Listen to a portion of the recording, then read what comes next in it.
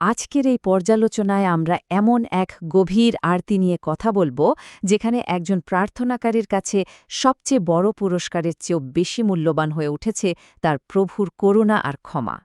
চলুন এই উপলব্ধির গভীরে যাওয়া যাক। ভাবুন তো, কি এক গভীর অনুশোচনা থেকে এই প্রশ্নটা আসতে পারে, যখন কোনো মানুষ তার ফেলে আসা জীবনের দিকে তাকায় আর তার মনে হয় যে সে কেবল অবাধ্যতাই করে গেছে, তখন ভেতর থেকে ঠিক এই রকমই একটা প্রশ্ন বেরিয়ে আসে। এটা আসলে কোনো সাধারণ প্রশ্ন না, এটা হলো নিজের পাপের ভারে নুয়ে পড়া এক আত্মার আর্তনাদ। আসলে এই অনুভূতির জন্ম হয় নিজের অতীত থেকে। যখন মনে হয় জীবনের প্রতিটি মুহূর্ত অবাধ্যতায় ভরা, তখন আয়নার সামনে দাঁড়িয়ে নিজেকে একজন বড় অপরাধী ছাড়া আর কিছুই মনে হয় না। আর জান্নাত তো পুণ্যবানদের জায়গা, তাই না? সেখানে এমন এক পাপী মনের জায়গা কোথায়? এই ভাবনাটাই তাকে কুড়ে কুড়ে খায়। এই যে অপরাধ বোধ, এই অনুশোচনার ভার, এটা আসলে কতটা গভীর হতে পারে? এই অনুভূতিটা কেবল নিজের মধ্যেই আটকে থাকে না, বরং এটা বর্ণনাকারীকে এমন একজনের কথা মনে করিয়ে দেয় যার গল্পটা শুনলে এই অনুভূতি যেন আরও জীবন্ত হয়ে ওঠে। আর ঠিক তখনই মনে পড়ে যায় নবীজির এক সাহাবী সায়লাবা ইবনে আব্দুর রহমান রাদিয়াল্লাহ এর কথা। তার ঘটনাটা যেন একটা আয়নার মতো। তার কাহিনীটা শুনলে বর্ণনাকারী নিজের লজ্জা আর অনুতাপের অনুভূতিকে আরও স্পষ্টভাবে দেখতে পান। মনে হয় তার মতো একজন মহান মানুষ যদি এতটা অনুতপ্ত হতে পারেন, তাহলে সাধারণ মানুষের অবস্থাটা কি? তো চলুন শোনা যাক সালাবার সেই অসাধারণ কাহিনীটা। এটা এমন এক ঘটনা যা আমাদের ক্ষমা আর অনুশোচনার ধারণাকেই একদম নতুন একটা স্তরে নিয়ে যায়। একবার ভাবুন, আল্লাহর ভয় আর নিজের ভুলের জন্য লজ্জা কতটা বেশি হলে একজন মানুষ তার চেনা শহর, চেনা মানুষ সবকিছু ছেড়ে ছুড়ে পাহাড়ে পালিয়ে যেতে পারে। এটা ছিল তার অনুশোচনার প্রথম ধাপ, একাকিত্বের মধ্যে দিয়ে নিজের আত্মার মুখোমুখি হওয়া। 1 দিন বা 2 দিন নয়, টানা 40টা দিন পাহাড়ের ওই নির্জনতায় তার একটাই প্রার্থনা ছিল। এই প্রার্থনার প্রত্যেকটা শব্দে তার ভয়, তার লজ্জা ফুটে উঠেছে। তিনি কিছুতেই চাননি যে এই লজ্জিত আর অপরাধী অবস্থায় তিনি আল্লাহর সামনে দাঁড়াবেন। কি যে এক মর্মস্পর্শী দৃশ্য! একদিকে রাসূল সাল্লাল্লাহু আলাইহি ওয়াসাল্লামের অসীম ভালোবাসার করুণা, আর অন্যদিকে সালাবার গভীর আত্মলজ্জা। নিজের পাপের ভারে তিনি নিজেকে এতটাই অযোগ্য মনে করছিলেন যে নবীজির পবিত্র কোল থেকেও নিজের মাথাটা সরিয়ে নিতে চাইছিলেন। আর ঠিক তখনই নবীজি সাল্লাল্লাহু আলাইহি সাল্লাম তাকে সেই প্রশ্নটা করলেন।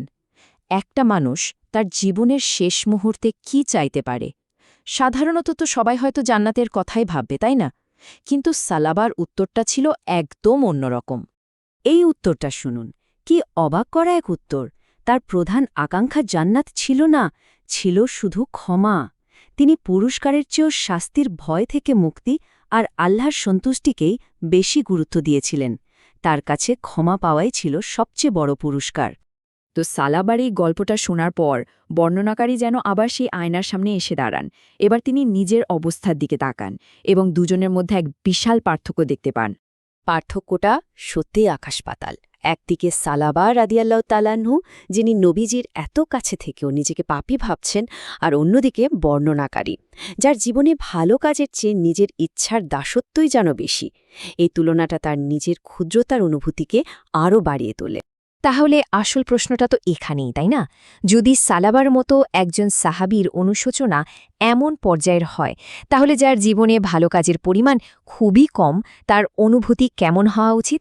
এই ভাবনাটাই বর্ণনাকারীকে তার চূড়ান্ত প্রার্থনার দিকে ঠেলে দেয়।